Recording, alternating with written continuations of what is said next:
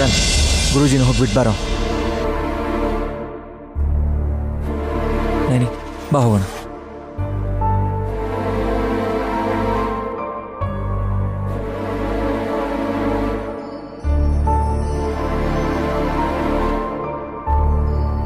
ಹೀಗಾಗತ್ತೆ ಅಂತ ನಮ್ಮಕ್ಕ ಹೇಳಿದಿದ್ರೆ ನಿಮಗೆ ಗಾ ಚುಚ್ಕೊಳ್ಳೋಂಥ ಪರಿಸ್ಥಿತಿನೇ ಬರ್ತಿರ್ಲಿಲ್ಲ ಅತ್ತೆ.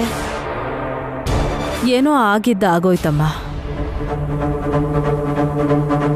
ನನಗೆ ನಿನಗೆ ಹುಟ್ಟೋ ಮಗುನ ನೋಡೋ ಅದೃಷ್ಟ ಇರೋದ್ರಿಂದಾನೇ ಬದುಕುಳ್ದೆ.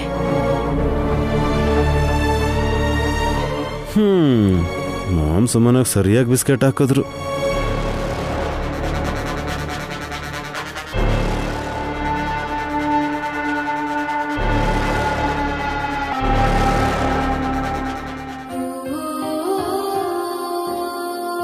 ಗಾಯತ್ರಿ, ಅಲ್ಲಿ ನೋಡು, ಪ್ರಶಾಂತವಾಗಿ ಸದಾ ನಗು ಮುಖ ಇಟ್ಕೊಂಡಿರೋ ಗಾಯತ್ರಿ ಅಮ್ಮೋರ್ ಫೋಟೋಲಿದ್ದಿದ್ದ ಗಾಜನ್ನ ಒಡ್ದಾಕಿದ್ದು ನೀನೆ. ಹಾಗೆ ಮಾಡೋದು ತಪ್ಪಲ್ವಾ ಹೇಳು? ಏನೇನಮ್ಮ ಗಾಯತ್ರಿ ಕ್ಲಾಸ್ ತಗೋತಾ ಇದೆಯಾ? ಈಗ್ಲಿಂದ ತಿದ್ದದೇ ಇದ್ರೆ ಮುಂದೆ ಕಷ್ಟ ಆಗ್ಬೋದು. ಏನ್ ಮಾಡಿದ್ಲು ನೈನಿ? ಅಮ್ಮೋರ್ ಫೋಟೋ ಬಿದ್ದೋಯ್ತಲ್ಲ ಅಕ್ಕ. ಹೌದಾ? ಈ ಪುಟ್ಟಿ ಫೋಟೋನ ಚಿಕ್ಕಪ್ಪ ಜೋರಾಗಿ ಹೇಳ್ಬಿಡಿ, ತಿಲೋತ್ತಮ್ಮ ಅತ್ತೆ ಕೇಳಿಸ್ಕೊಂಡ್ರೆ ಗಲಾಟೆ ಮಾಡ್ತಾರೆ. ಅದು ಹೇಗಮ್ಮ? ಅತ್ತೆ ಆರತಿ ಮಾಡಕ್ ಹೋದಾಗ ಟೇಬಲ್ ಕ್ಲಾತ್ನ ಇಟ್ಕೊಂಡು ಇವಳು ಎಳೆಯೋದನ್ನ ನಾನು ಕಣ್ಣಾರೆ ನೋಡ್ದೆ ಚಿಕ್ಕಪ್ಪ. ಅಪ್ಪಿ ತಪ್ಪಿ ನೈನಿಗೇನಾದ್ರೂ ಗಾಯತ್ರಿ ಮೇಲೆ ಅನುಮಾನ ಬಂದಿದ್ಯಾ ಹೇಗೆ? ಚಿಕ್ಕ ಹುಡುಗಿ ಅಲ್ವಮ್ಮ, ಆಟ ಆಡ್ತಾ ಎಳೆದಿರುತ್ತೆ. ಫೋಟೋ ಬಿದ್ದೋಗಿ ಹೀಗಾಗತ್ತೆ ಅಂತ ಯಾರಿಗೆ ಗೊತ್ತು? ಫೋಟೋ ಬಿದ್ದು ಗಾಜಿನ ಚೂರು ಅತ್ತೆಗೆ ಚುಚ್ಚುತ್ತೆ ಅಂತ ಅವಳೇನಾದ್ರೂ ಅನ್ಕೊಂಡಿದ್ಲಾ? ಇಲ್ಲ ಅಲ್ವಾ? ಕರೆಕ್ಟೇ. ಆದ್ರೆ ಗಾಯತ್ರಿ ಪುಟ್ಟಿ ಎದುರುಗಡೆ ಹೀಗಾಗಿದ್ದು ಮಗು ಒಂದೇ ಇದ್ದಿದ್ದ, ನಾವೆಲ್ಲ ಇದ್ವಿ ತಾನೆ. ಹೋಗಿ ಕೂಸಿನ ಮೇಲೆ ಅಪವಾದ ಹೊರಸ್ತೀಯಲ್ಲ ನೇನಿ. ಕೊಡಿಲಿ ನನ್ ಬಂಗಾರ ಪುಟ್ಟಿ ರವೆ ಮಿಠಾಯಿ ಪಕ್ಕನೇ ಇದ್ದಿದ್ರಿಂದ ನಮ್ ತಿಲೋತ್ತಮ ಅತ್ತೆ ಬದುಕುಳಿದ್ರು ಅಂತ ಯಾಕೆ ನೀವು ಪಾಸಿಟಿವ್ ಆಗಿ ಯೋಚನೆ ಮಾಡಲ್ಲ? ಏನೋ ಅಕ್ಕ, ಅತ್ತೆ ಮಾತನ್ ಕೇಳ್ತಿದ್ರೆ ಗಾಯತ್ರಿ ಅಂತ ಹೆಸರಿರೋ ಪಶು ಪಕ್ಷಿನ ಕೂಡ ಶತ್ರು ತರ ನೋಡ್ತಾರೆ ಅಂತ ಭಯ ಆಗುತ್ತೆ. ನಾನ್ ನೋಡ್ಕೊಂಡು ಸುಮ್ನಿರ್ತೀನಾ? ಹೋರಾಡ್ಬಿಡ್ತೀನಿ.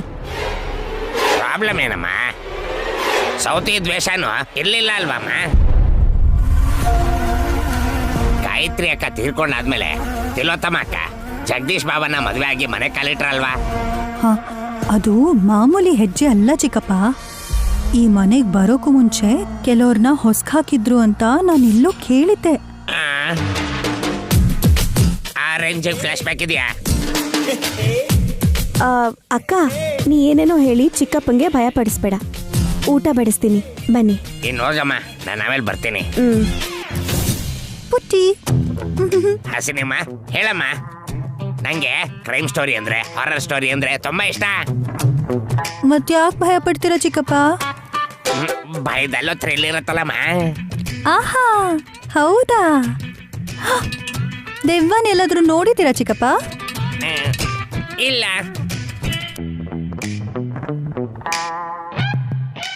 ಇವಾಗ ನೋಡ್ತೀರಾ? ತೋರಿಸ್ತೀಯಾ?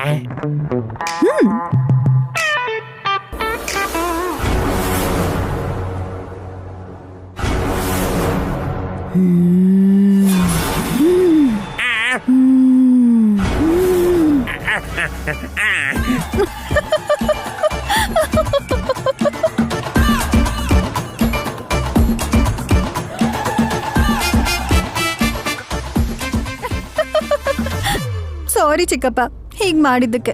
ಇಲ್ಲ ಅಂದ್ರೆ ಏನ್ ನಡೀತು, ಏನ್ ಕತೆ ಅಂತ ಎಲ್ಲ ವಿಷಯನ್ ಕೇಳಿ ಎಲ್ರಿಗೂ ಹೇಳ್ಬಿಡ್ತಿದ್ರಿ. ಗಾಯತ್ರಿ, ಗ್ರ್ಯಾಂಡ್ ಫಾದರ್ಗೆ ಗುಡ್ ನೈಟ್ ಹೇಳಮ್ಮ. ಗುಡ್ ನೈಟ್, ಸ್ವೀಟ್ ಡ್ರೀಮ್ಸ್, ಬಾಯ್.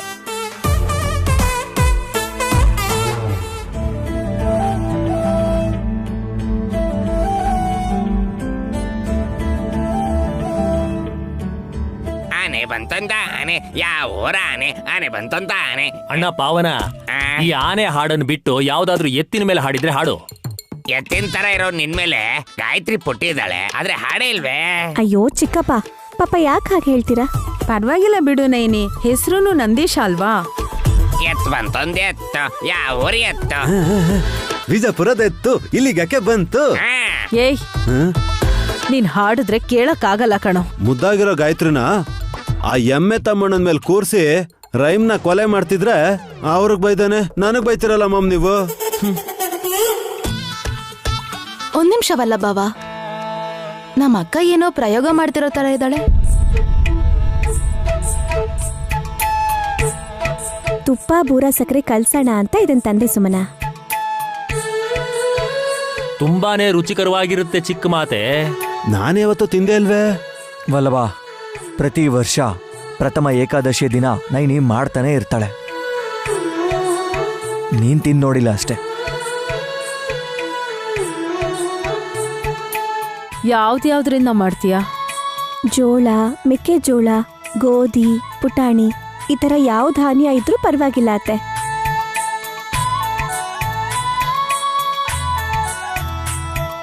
ಅದನ್ನ ಹುರಿದು ಪುಡಿ ಮಾಡಿ ಬೆಲ್ಲ ಸೇರಿಸಿ ಉಂಡೆ ಮಾಡ್ತಿನ್ನೋದು ಅಭ್ಯಾಸ. ನನಗೂ ನೆನಪಿದೆ ಅದ್ಗೆ. ಇದು ಪಿತೃದೇವತೆಗಳಿಗೆ ಇಷ್ಟ ಆಗುತ್ತೆ ಅಂತಲೂ ಹೇಳಿದ್ರಿ.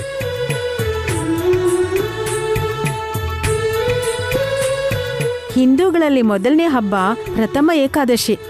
ಈ ಪುಣ್ಯ ದಿನದಿಂದ ನಮ್ಮ ಹಬ್ಬಗಳು ಶುರು ಆಗತ್ತೆ.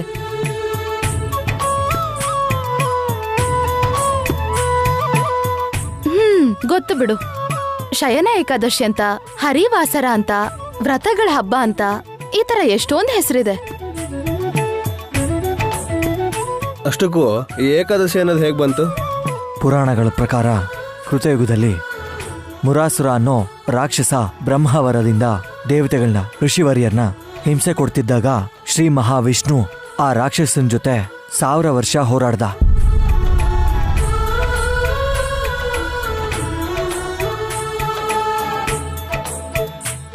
ಸಾವಿರ ವರ್ಷನ ಸುಸ್ತಾಗ್ಲಿಲ್ವಾ ವಿಶಾಲು? ಆಯ್ತು. ಒಂದು ಗುಹೆಯಲ್ಲಿ ವಿಶ್ರಾಂತಿ ತಗೊಳ್ತಿರುವಾಗ ಶ್ರೀಹರಿ ಶರೀರದಿಂದ ಒಬ್ಬ ಕನ್ಯೆ ಪ್ರತ್ಯಕ್ಷಳಾಗಿ ಮುರಾಸುರನ್ನ ಸಂಹರಿಸಲು. ಶಬಾಷ್.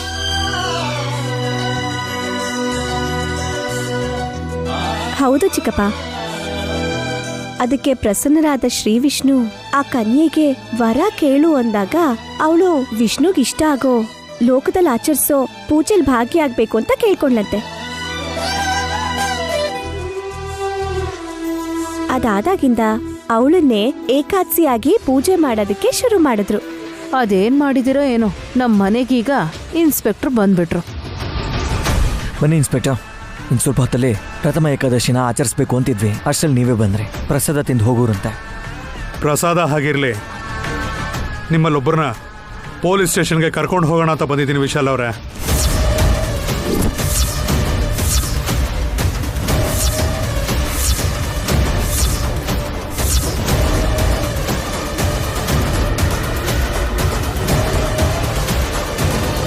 ಅಲ್ಲ ಅಂತ ಕೆಲಸ ಏನಾದ್ರೂ ಇದೆಯಾ ಹೇಳಿ. ಚಿಟ್ಕಿ ಹೊಡಿಯಷ್ಟಲ್ಲಿ ಮಾಡ್ತೀನಿ. ಎಷ್ಟೇ ಭಾರ ಇದ್ರೂ ಹೊರತೀನಿ. ಕಳ್ಳರನ್ನ ಗುಂಬಿಡ್ತೀನಿ. ಮಿಸ್ಟರ್ ನಂದೀಶ, ಕೆಲಸ ಮಾಡೋದಕ್ಕೆ ಕೂಲಿಯವ್ರು ಸಿಕ್ಕಿಲ್ಲ ಅಂತ ಹೇಳಿ ಇನ್ಸ್ಪೆಕ್ಟರ್ ಮನೆಗೆ ಬಂದಿಲ್ಲ. ಯಾವುದೋ ಕೇಸ್ ಮೇಲೆ ಒಬ್ಬರನ್ನ ಅರೆಸ್ಟ್ ಮಾಡಿ ಲಾಕಪ್ ತಳ್ಳೋದಕ್ಕೆ ಬಂದಿದ್ದಾರೆ ಅಲ್ವಾ ಇನ್ಸ್ಪೆಕ್ಟರ್ ಸರ್? ಈ ಸಲ ನೀವು ಸರಿಯಾಗಿ ಹೇಳಿದ್ರಿ Vallabh. Wow, super super, excellent. ಹೇಗೆ ಗೆಸ್ ಮಾಡಿದೆ ನೋಡಿದ್ರಾ? ಹೆಂಗೆ ನನ್ನ ಟ್ಯಾಲೆಂಟು? ಏಯ್, ಸ್ವಲ್ಪ ನಿಲ್ಸು. ಅರೆಸ್ಟ್ ಆಗೋ ಅಂತವ್ರು ಯಾರು ಅಂತ ಯಾರಿಗ್ ಗೊತ್ತು?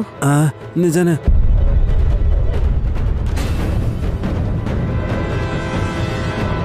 ನಿಮ್ ಕತ್ತಿಗೆ ಏನಾಯ್ತು ಮೇಡಮ್? ಅದೇ ಸರ್, ನಮ್ ಪುಟ್ ಪಾಪು ಗಾಯತ್ರಿ ಇದ್ದಾಳಲ್ಲ. ಚಿಕ್ಕಪ್ಪ, ಪೊಲೀಸನ್ನ ಕೇಳಿದ್ದು ಅತ್ತೆಗೇನಾಯ್ತು ಅಂತ. ಧೂಳ್ ಹೊಡಿತಿರ್ಬೇಕಾದ್ರೆ ಅಟ್ಟದ ಮೇಲಿಂದ ಗಾಜು ಬಿದ್ದು ಸ್ವಲ್ಪ ಗಾಯ ಆಗಿದೆ ಅಣ್ಣ, ಅಷ್ಟೇ.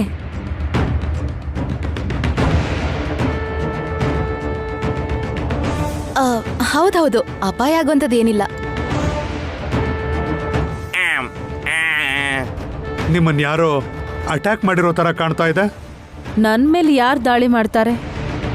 ನಿಮ್ಮಂತ ಸೆಲೆಬ್ರಿಟಿಗಳಿಗೆ ಶತ್ರುಗಳು ಇದ್ದೇ ಇರ್ತಾರಲ್ವಾ ಮೇಡಮ್? ದೇವ್ರ ದಯದಿಂದ ಆಚೆ ಶತ್ರುಗಳಿಗೆ ಯಾರೂ ಇಲ್ಲ. ಮನೇಲೇ ಇದ್ದಾರೆ ಅಂತ ಹೇಳ್ತಿದ್ದೀರಾ?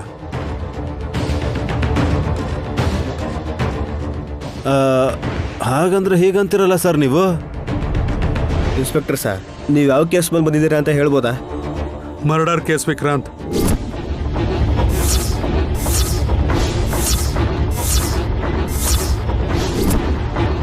ಅದಕ್ಕೂ ನಮಗೂ ಏನು ಸಂಬಂಧ ಇದೆ? ಸತ್ತಿರೋರು ಈ ಮನೆಗೆ ಸೇರಿದವರು, ಅದಕ್ಕೆ.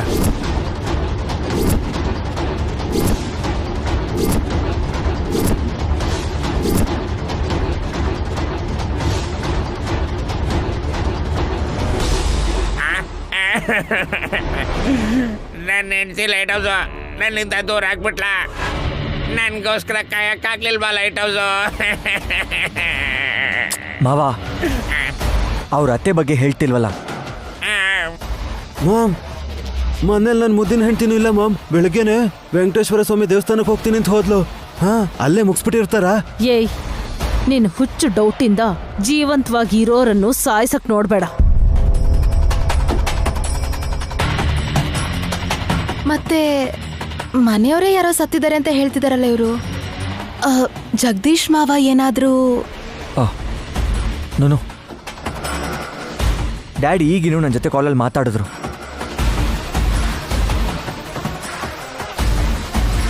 ಯಾರು ಸತ್ರು? ಬೇಗ ಹೇಳಿ ಇನ್ಸ್ಪೆಕ್ಟರ್ ಅವರೇ, ಬೈದಲ್ಲಿ ನಾನೇ ಹೋಗ್ಬಿಡ್ತೀನೇನೋ. ಈ ಮನೆಯವರೇ. ಅದೇ ಯಾರು ಸಾರ್? ನಿಮಗೆ ಚೆನ್ನಾಗೇ ಗೊತ್ತಿರೋರು.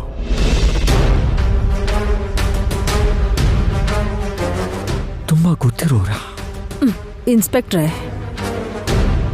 ಇಂಟ್ರೆಸ್ಟಿಂಗ್ ಆಗಿ ಹೇಳೋದಿಕ್ಕೆ ಇದು ಕತೆ ಅಲ್ಲ, ಸೂಕ್ಷ್ಮವಾಗಿ ಹೇಳಿ. ಸಖಿನ ಕೊಲೆ ಮಾಡಿದ್ದಾರೆ ಮೇಡಮ್.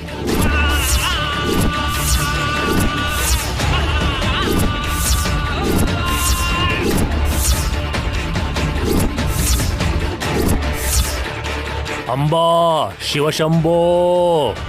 ಡಮ್ಮೋ ಡಮ್ಮ. ನೀವು ಸುಮ್ನಿರ್ತೀರಾ? ಮನೆಗೆ ಯಾರು ಬಂದಿಲ್ಲ, ಸಖಿ ಸತ್ತೋದ್ಲಂತೆ. ಸತ್ತಿಲ್ಲ, ಸಾಯಿಸಿದ್ದಾರೆ.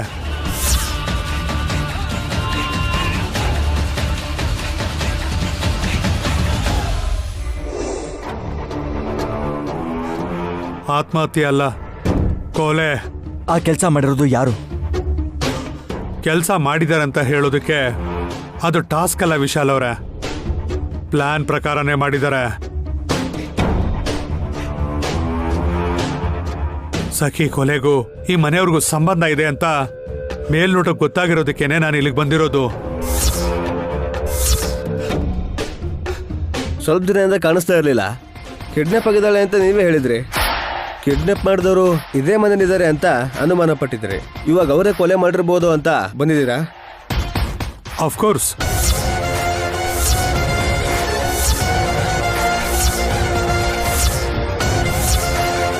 ಅಪಹರಣ ಮಾಡಿದವ್ರೆ ಸಾಯಿಸಿರ್ತಾರಲ್ವಾ ಸ್ವಾಮಿ? ಅವ್ರ ಬಗ್ಗೆ ಗೊತ್ತಾದ್ರೆ ಇವ್ರ ಬಗ್ಗೆನೂ ಗೊತ್ತಾಗುತ್ತಲ್ಲ. ಕಿಡ್ನಾಪರ್ ಸಾರು ಅಂತ ಗೊತ್ತಾಯ್ತಾ? ಇಲ್ಲ. ಅಮ್ಮ, ಏಯ್, ನೀನ್ ಯಾಕೋ ರಿಲ್ಯಾಕ್ಸ್ ಆಗ್ತಿದ್ಯಾ? ಹಾಗೆ ಮಾಡಿದ್ರೆ ನಿನಗೇನೋ ಲಿಂಕ್ ಇದೆ ಅಂತ ಅನ್ಕೋತಾರೆ. ದೊಡ್ಡ ಬಾವ ಮತ್ತೆ ಸಖಿಗೆ ಏನೋ ಸಂಬಂಧ ಇತ್ತಲ್ಲ? ಅಯ್ಯೋ ನೀನ್ ಸುಮ್ನೆ ಸುಮ್ನ. ಅಯ್ಯೋ ಸಖಿ ನನ್ ಜಸ್ಟ್ ಫ್ರೆಂಡ್ ಅಷ್ಟೇ. ಅಲ್ಲ, ಸಖಿ ಮನೆಗೆ ಬಂದ್ಮೇಲೆ ನಮ್ಮ ಮಾಮ್ ಜೊತೆನೆ ಕ್ಲೋಸ್ ಆಗಿದ್ದಿದ್ದು. ಏಯ್, ನಾನ್ ಯಾರೇ ಆದ್ರೂ ಸರಿ, ಚೆನ್ನಾಗಿ ನೋಡ್ಕೋತೀನಿ. ಆದ್ರೆ ಸಖಿ ಕಾಣೆ ಆದ್ಮೇಲೆ ಎಲ್ಲಿ ಹೋದ್ಲೇನೋ ಅಂತ ತುಂಬಾ ಟೆನ್ಷನ್ ಮಾಡ್ಕೊಂಡಿದ್ದೆ.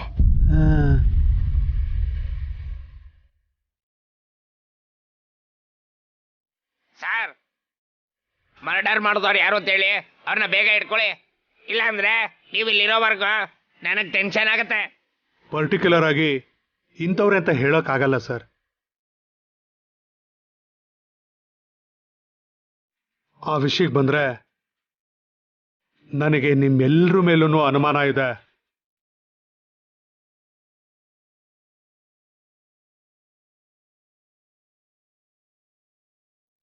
ಲೈ ಡಿಟೆಕ್ಟರ್ ಬಳಸಿ ನಿಜ ಏನು ಅಂತ ತಿಳ್ಕೊಳ್ಳಿ. ಅದಕ್ಕೆ ನಾವೆಲ್ಲ ಸಪೋರ್ಟ್ ಮಾಡ್ತೀವಿ. ಅದಕ್ಕಾದ್ರೂ ಅಷ್ಟೇ, ಎಲ್ರೂ ಪೊಲೀಸ್ ಸ್ಟೇಷನ್ಗೆ ಹೋಗ್ಲೇಬೇಕು. ಯಾರೋ ಒಬ್ರು ತಪ್ಪು ಮಾಡಿದ್ದಕ್ಕೆ ಎಲ್ರೂ ಅರೆಸ್ಟ್ ಆದ್ರು ಅಂತ ನ್ಯೂಸಲ್ಲಿ ಬರುತ್ತೆ. ಮನೆ ಮರ್ಯಾದೆ ಹೋಗುತ್ತೆ.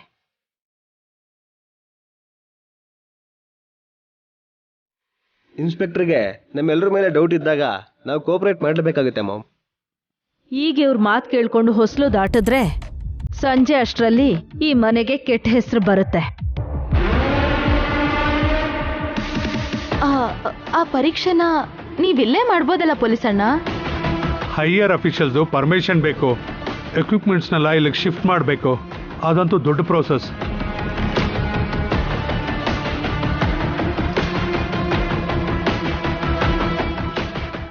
ಪೊಲೀಸಣ್ಣ,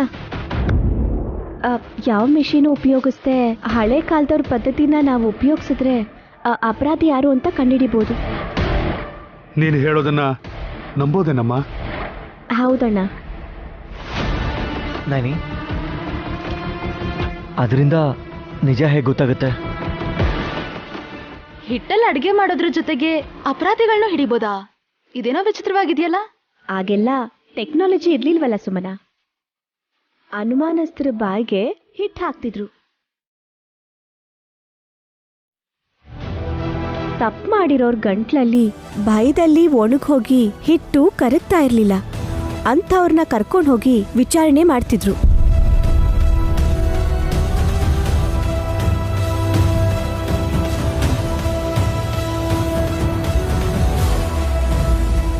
ನೈನಿ, ವೆರಿ ಇಂಟ್ರೆಸ್ಟಿಂಗ್. ದೊಡ್ಡವ್ರ ಬುದ್ಧಿವಂತಿಕೆ ಮುಂದೆ ನಮ್ಮ ಟೆಕ್ನಾಲಜಿ ವೇಸ್ಟ್ ಅಂತ ಹೇಳ್ಬೋದು.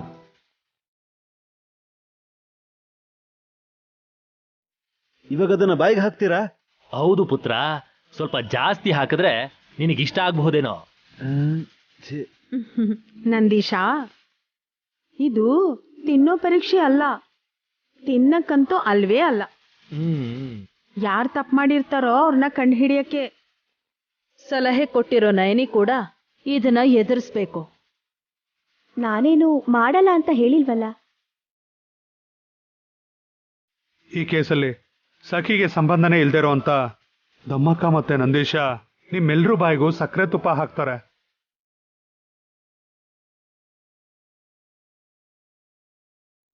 ಬಾಯಿಗೆ ಹಾಕಿದ ತಕ್ಷಣ ಆಟೋಮೆಟಿಕ್ ಆಗಿ ಅದು ಕರ್ಗೋಗತ್ತಲ್ವಾ? ಮಾವ, ಈಗ ಮೊದಲು ಪರೀಕ್ಷೆ ಆಗ್ಲಿ ಬಿಡಿ. ತಪ್ಕೊಂಡಿರೋರ್ ಬಗ್ಗೆ ಹಿಂಟ್ ಸಿಕ್ಕರೆ ಸಾಕು, ಪೊಲೀಸರು ಅವ್ರ ಸ್ಟೈಲಲ್ಲಿ ಅವ್ರು ಬಾಯ್ ಬಿಡಿಸ್ತಾರೆ. ಆಗ್ಲಿ ವಿಕ್ರಾಂತ್. ಡಮ್ಮಕ್ಕ ಬಾ, ಎಲ್ರಿಗೂ ತಿನ್ಸೋಣ. ಡಮ್ಮೋ ಡಮ್ಮ. ಅಂಬಾ ಶಿವಶಂಭೋ.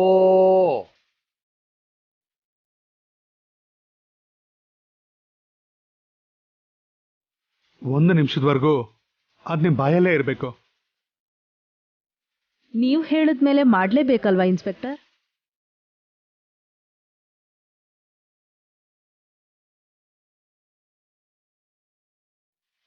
ನೀ ಚಿಕ್ಕ ಮಾತೆ. ಚಿಕ್ಕದಾಗಲ್ಲ, ದೊಡ್ಡದಾಗಿ ಹಾಕು.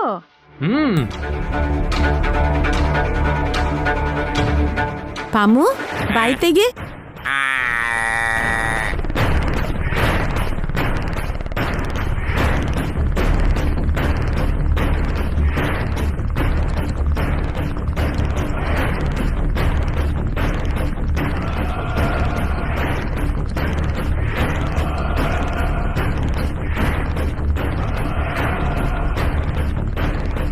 ಓಕೆ, ಈಗ ಎಲ್ರೂ ಬಾಯಲ್ಲೂ ಸಕ್ಕರೆ ತುಪ್ಪ ಇದೆ.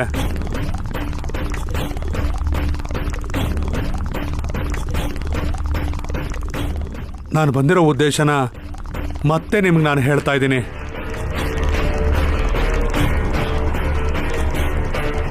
ಸಖಿನ ಕೊಲೆ ಮಾಡಿರೋರಲ್ಲಿ ಅನುಮಾನಾಸ್ಪದವಾಗಿರೋ ಈ ಮನೆಗೆ ಸಂಬಂಧಪಟ್ಟವರಲ್ಲೇ ಒಬ್ರು ಶಾಮೀಲಾಗಿದ್ದಾರೆ ಅಂತ ಅನಿಸ್ತಾ ಇದೆ. ಅವ್ರು ಯಾರು ಅಂತ ತಿಳ್ಕೊಳ್ತೀನಿ. ಖಂಡಿತ ಅವ್ರಿಗೆ ಆಜೀವ ಪರ್ಯಂತ ಜೀವಾವಧಿ ಶಿಕ್ಷೆನೋ ಇಲ್ಲ ಅಂದರೆ ಡೆತ್ ಸೆಂಟೆನ್ಸ್ ಕೊಡಿಸ್ತೇನೆ. ನನ್ನಲ್ಲಿ ಪಕ್ಷಪಾತ ಇಲ್ಲ. ನ್ಯಾಯದ ಮುಂದೆ ನನಗೆ ಯಾರೂ ದೊಡ್ಡೋರಲ್ಲ.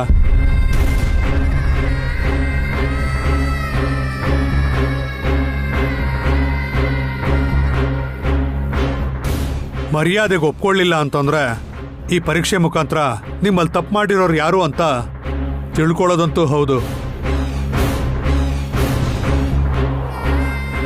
ಅಲ್ಲಾಡದೆ ನಿಂತ್ಕೊಳ್ಳಿ, ನಾನೇ ಟೆಸ್ಟ್ ಮಾಡ್ತೀನಿ. ಸಕ್ಕರೆ ತುಪ್ಪ ಕರಗಿದೆ ಅಂದರೆ ಅವ್ರಿಗೂ ಈ ಕೊಲೆ ಕೇಸ್ಗೂ ಸಂಬಂಧ ಇಲ್ಲ ಅಂತ.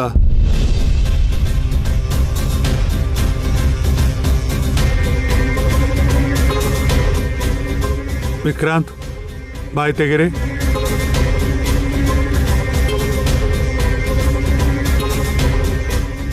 ಇಲ್ಲ, ನಿಮಗೆ ಸಂಬಂಧ ಇಲ್ಲ. Thank you sir. Next Vallabh.